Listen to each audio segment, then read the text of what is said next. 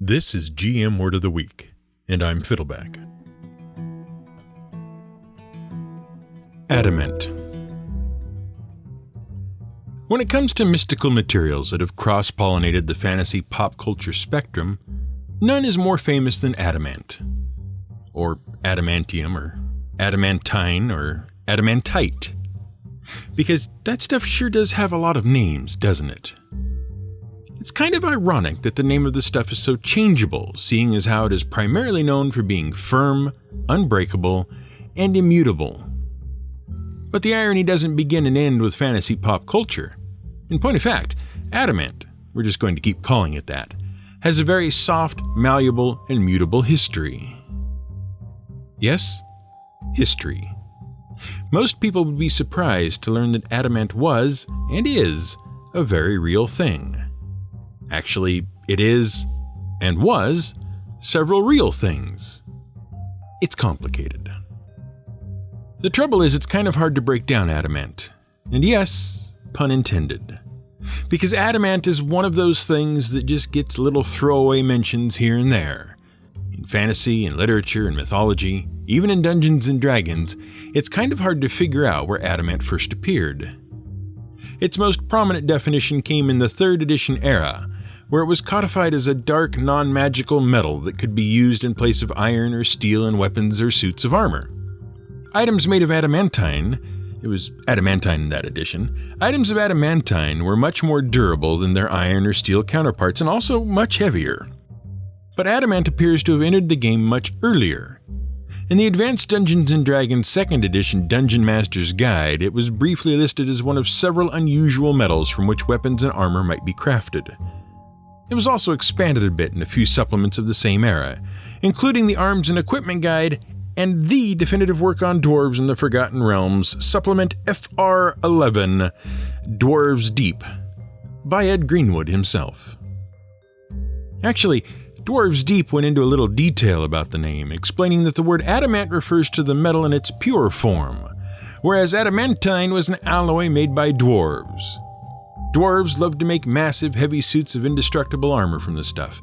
It made them all but invincible, even if it rendered them almost immobile. Dwarves in adamant plate armor were called waddling cauldrons because they looked like fat, waddling cooking pots. But what's more interesting is what adamant used to be called in D&D, before it was adamant. See, the description of adamant has been pretty consistent throughout the history of D&D. It's a jet black metal, extremely hard, extremely durable, and quite heavy. It is preferred by dwarves and is used to make indestructible plate armor. While the 1st edition Advanced Dungeons & Dragons Dungeon Master's Guide seems to omit adamant by name, it does mention jet black, extremely durable armor. Specifically, it notes that whenever the heroes discover magical armor of a certain level of power, the GM should assume the armor is made of black meteoric iron. And in later editions of D&D, some descriptions have implied that adamant is meteoric iron. That is, iron from meteors. Space iron. And if you listen to our episode called Smithing, you'd know that meteoric iron is how people like the Egyptians got their hands on iron daggers and tools before we knew how to smelt iron, and how people like the Inuit managed to make iron spears and lances without having any source of natural iron ore. And without meteoric iron, we'd never have gotten the Iron Man. No, not Iron Man. We're not talking about Robert Downey Jr., and we aren't talking about the Black Sabbath song either. A song that, incidentally, has nothing to do with billionaire industrialist Tony Stark. The song is actually about an astronaut who travels to the future and discovers that mankind is doomed to destruction. Unfortunately, the journey inadvertently turns him into solid iron, and he is unable to tell anyone what he saw. And when his attempts at communication are ignored, the titular Iron Man flies into a rage and destroys humanity, becoming the very apocalypse he foresaw. And while the idea of time-traveling robots inadvertently causing the disasters they are trying to prevent sounds like it belongs in a movie franchise starring Arnold Schwarzenegger, the entire story was actually written specifically for the song by John Michael Osborne and Terrence Michael Joseph Butler. we might know better as Ozzy Osbourne and Geezer Butler, the lead vocalist and bassist respectively of the 1970s British heavy metal band Black Sabbath. Apparently, after hearing the guitar riff for a song the band was working on, Osbourne commented that the song sounded like a big guy stomping around in metal boots. This prompted Geezer Butler to write the aforementioned story. However, the Iron Man we're talking about is a small statue that probably wasn't made by Tibetan Buddhists, that probably isn't 1,000 years old, that probably wasn't looted by Nazi agents in the 1930s, but was most definitely carved out of a meteorite. See, back in 2007, this 10-inch statuette depicting an ancient Buddhist king, Vaisravana, appeared at a German auction. The statuette was made of solid iron and intricately carved. It had apparently been looted from Tibet by Schutzstaffel agents. Now, Schutzstaffel is a German word that means defense squad, but you probably know them better as the SS. The SS were the elite military arm of Adolf Hitler's National Socialist German Workers' Party. That's right, the Nazis. So what were they doing in Tibet? Well, that's actually an interesting story. In 1929, Heinrich Himmler was appointed by Adolf Hitler to head the SS. And Himmler was a bit obsessed with the ideology of the Nazi Party and proving that the Aryan race was the superior race, destined to rule over all of mankind. Himmler dispatched SS agents all across Asia to search for the true origins of the Aryan master race. And in India and Tibet, they looted many mystical and religious artifacts to that end. This is the origin, by the way, of certain stories about how the Nazi Party was obsessed with the occult and magical artifacts, and how that made trouble for folks like Henry Jones Jr. and Captain William Joseph Blaskowitz. But we digress. After scientists examined the so-called Iron Man, they concluded that it was carved from a bit of debris from a meteor. And in fact, the specific type of iron in the statue was rare enough that they could pinpoint the exact meteor it came from. It came from a meteor that exploded and scattered debris across the glaciers covering northern China and Russia some 10 to 20,000 years ago. Pieces of the meteor were discovered along the Chinga River in 1914, and so many pieces of this meteor have been found since that you can still buy bits of it today for under $200 if you know where to look. It's called the Chinga meteor, if you feel like looking into it. The scientists further discovered that the statue had likely been carved sometime in the late 20th century. Yes, sadly, the Iron Man was a fraud. But it really was made out of a meteor. And the story is not actually that ridiculous. See, Tibetan Buddhists have been carving stuff from meteorites and tektites since the 7th century of the Common Era. They even have a name for this stuff. It's called Thogcha, from a Tibetan phrase that means lightning iron. Oh, and by tektites, we don't mean the spider-like enemies that have plagued the land of Hyrule since 1986. We mean spheres of mineral glass that are formed whenever a meteor hits the ground and melts the sand and rock around it. Those are called tektites. But we digress. It's funny that we ended up talking about Iron Man, though, because honestly, most geeky folks in the know don't think of adamant as black, meteoric iron smelted by dwarves at all. Honestly, thanks to Stan Lee of Marvel Comics, people think of adamantium as an indestructible silvery metal grafted onto the skeleton of James Howlett, a.k.a. Logan, a.k.a. Wolverine. Though, actually, Wolverine is not really thanks to Stan Lee. Lee just created a place for him.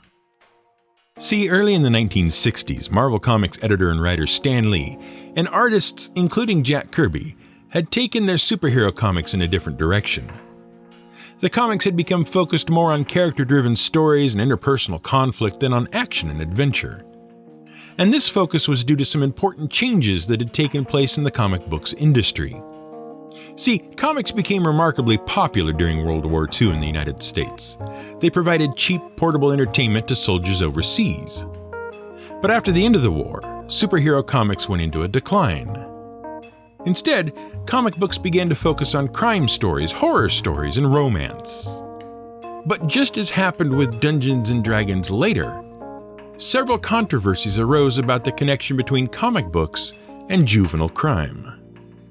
Fearing government regulation after a prominent psychologist testified before the Senate about the impact of comics on impressionable children and teenagers, comic publishers instituted the Comics Code Authority. The CCA was essentially a form of voluntary self-censorship, banning depictions of gore, violence, sexual content, and also any disrespectful depiction of authority figures. That pretty much destroyed all of the crime drama, horror, and romance comics. And so the comic publishers began bringing back the superheroes. One reader, in a letter to DC Comics, dubbed the period the Silver 60s to refer to the fact that DC was reviving all of its aged comic book superheroes. The name Silver Age stuck. Meanwhile, Marvel and Stan Lee were cranking out new characters to fuel their character dramas. But Lee had grown tired and frustrated with the idea of inventing new origin stories for every new hero. He wanted one origin that could explain whole bunches of heroes. And with America entering the atomic age, and the idea of radiation and mutation capturing the imagination, he went with the idea of random genetic mutations giving otherwise normal people superpowers. And that became the basis for his series X-Men: The Strangest Heroes of All. Now, it is probably just a sheer coincidence that a 1953 book called Children of the Atom also featured random genetic mutants being sheltered at an isolated school from a world that feared and despised them. At least, the inspiration has never been officially confirmed. Wink wink, nudge nudge. Regardless, the X-Men didn't quite capture the comic crowd, and the franchise faded into obscurity until 1975. Then, writer Len Wein and artist David Cockrum teamed up to revive the franchise. They created new characters to join the team alongside a few of the old holdovers.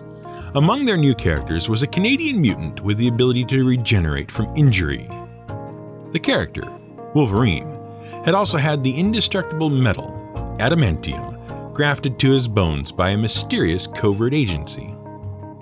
The surgery, which he could only survive due to his healing powers, also included long, dagger-like retractable claws that extended from the back of his hands. Wolverine's mysterious background and even his appearance were shrouded in secrecy and gradually revealed throughout the series, and he became the most popular character in what became one of Marvel's most successful comic franchises to date. But that hardly counts as fantasy. I mean, it is a fantasy, but it certainly isn't part of what we call the fantasy genre. And even though X-Men made adamantium a household word, assuming you live in a particularly geeky household, another famous geeky franchise also had its own spin on Adamant, and it preceded both Dungeons & Dragons and the X-Men. And interestingly, it depicted Adamant as neither a ferrous black metal, nor a silvery smooth metal. Heck, it wasn't depicted as a metal at all. See, Adamant makes an appearance in the land of Middle-earth, according to the writings of J.R.R. Tolkien, in the example of the fantasy genre, the Lord of the Rings series. It just doesn't make much of an appearance. It's one of those things that Tolkien only occasionally mentions, but one of those mentions is prominent enough to be memorable. Galadriel, the elven lady of Lothlorien, wears Nenya, the adamant ring. See, if you somehow don't know the story of the Lord of the Rings, it basically comes down to this. There was this elf lord, Sauron, and he was a magical craftsman. So he made a whole bunch of very powerful magic rings, and he gave them away as gifts to the rulers of the elves, the dwarves, and the humans, so they could create great works with them. It seemed like he was just being a nice guy, but really he wanted to rule the entire world.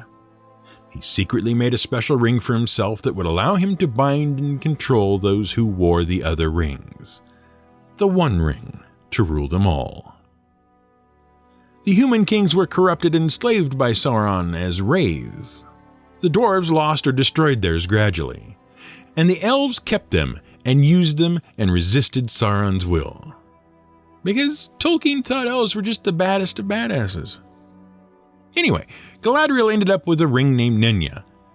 It was made of silvery mithril, and in it was set a translucent white stone, like a diamond.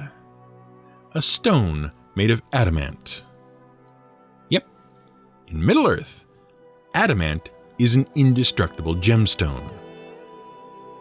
You see what we mean when we say that adamant has a bit of an identity problem? But that's not just fantasy's fault. See, adamant has always had an identity problem. Yes, adamant is a real thing. Sort of. The word adamant comes from the ancient Greek word adamantos, and it means unworkable, unyielding, or untamable. And that word carried over into Latin. It became adamans, and it gradually morphed through medieval Latin and French into diamant. And from that, we get the word diamond. Mystery solved, right? Adamant is diamond, right? Tolkien is right. Gygax and Marvel were just making stuff up. Well, no. Because from adamantos, we also get another word. The word is adamant. It means stubborn and hard-headed. But in the Middle Ages, it also became the name for a black, iron-like metal with some very strange properties. See, as early as 600 BCE, folks in China discovered this strange black metal that was attracted to iron. For whatever reason, if you put this naturally occurring metal near iron, it would get stuck to the iron. This was lodestone. Lodestone is actually a type of iron oxide called magnetite. It's basically just an iron ore that also has natural magnetic properties. And what's interesting is that geologists aren't sure exactly how magnetite gets magnetized. See, generally, the way to make something magnetic is to put it near another magnet and heat it up. And to understand how that works, you have to understand what magnetism actually is. Magnetism is a byproduct of electricity. When electrical charges start moving around, they exert a force on other electrical charges. Now, the most common source of electrical charges are the aptly named electrons, which are tiny particles that surround atoms in a swirling cloud. And electrons are always spinning. It's that spinning that creates magnetic force. So why isn't everything magnetic?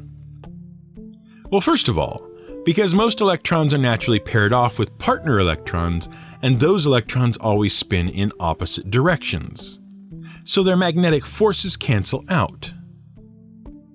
Now, iron is a special case. The electrons in iron tend to flit around from atom to atom in a massive sharing arrangement. They aren't paired up. They're just floating around in a big soup. So why isn't all iron magnetic? Well, because the free-floating electrons are all spinning helter-skelter in all sorts of crazy directions. To get any sort of strong magnetic force, the electrons have to cooperate by spinning in the same direction. And you can get the electrons to line up by subjecting them to another magnetic force. That's right, magnetism is contagious. If you stroke a piece of iron with a magnet, you can make it magnetic. Or if you put a strong electrical field around it, you can also make it magnetic. The problem is, the electrons only stay lined up for a little while most of the time. But if you heat the iron before you apply a magnetic field and then rapidly cool it, you can get the electrons to lock into place. Long story short, to make a permanent magnet, you need a source of heat and a source of magnetic force. Now, just about every chunk of rock and mineral and metal on Earth has, at some point in the past, been melted. Once upon a time, the Earth was a molten mass of liquid metal and rock. It gradually cooled and solidified. But that's not all. The surface of the Earth is constantly being recycled. It's just doing it very, very slowly. See, the surface of the Earth floats on a molten sea of magma, and it is fractured into many individual sections called tectonic plates. It's kind of like the surface of a cracked egg. And the plates are very, very slowly grinding against each other and pushing each other down into the magma. As the plates' edges are submerged, they melt down into magma. Meanwhile, magma is constantly finding its way back to the surface. We call those volcanoes. And there, new rock is formed as magma bursts forth, becomes lava, and then cools to become rock. So we've got plenty of heating and cooling going on. As for magnetic force, well, the Earth is actually a giant magnet. It has a core of solid iron, and that core is spinning continuously. The problem is, it's an extremely weak magnet. That's why your refrigerator magnets stay stuck to the fridge instead of being pulled down onto the ground. It is a strong enough magnet, though, that if you take a magnetized metal needle and let it spin freely, the needle will line up with the magnetic force from the Earth's core. And that's how a magnet works. But the Earth isn't a strong enough magnet to magnetize iron oxide. The current theory is that magnetite, lodestone, is magnetized when iron oxide gets struck by lightning. The lightning provides both the intense heat needed to lock the magnetism in and a powerful enough electric charge to get all of the electrons spinning in the same direction. Now, lodestone was discovered around 600 BCE, but around 1000 CE, the Chinese discovered that you could make a compass with it. Start with an iron needle, rub it with lodestone, and then let the needle spin free and it would always point north. And sometime around 1200 CE, the compass started showing up in Europe as well. Scholars debate whether it arrived via trade from China and through Persia, or whether it was independently discovered in Europe. It hardly matters. The point is that once it became clear that the strange black metal could make compasses, it was given the name lodestone, L-O-D-E, being a Middle English word for guide. But before that, the strange black metal was apparently named adamant due to its hardness. And the reason it got the name adamant?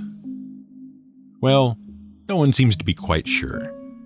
But, and we're speculating here, it seems as if people forgot that adamant was the root for the word diamond.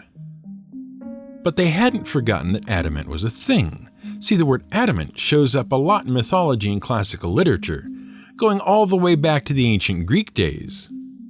The Titan Cronus wielded an adamant sickle against his father Uranus, and Perseus decapitated the Gorgon Medusa with an adamant sword. The smith god Hephaestus used adamant chains to bind the traitor Prometheus. According to some myths, Alexander the Great protected his lands from the ancient giants Gog and Magog by building a wall of adamant. Virgil described the walls and gates of the prison realm of Tartarus as being made of adamant, and on and on and on. Regardless of why, though, the point is that the hardest, most durable material known in any realm, earthly or fantastic, just refuses to pick one nice solid shape. For such a stubborn substance, it sure is wishy-washy. This has been GM Word of the Week. It's written and researched by The Angry GM and produced by me, Fiddleback. You can support us on Patreon at patreon.com/GM Word of the Week. You can find more at gmwordoftheweek.com and theangrygm.com.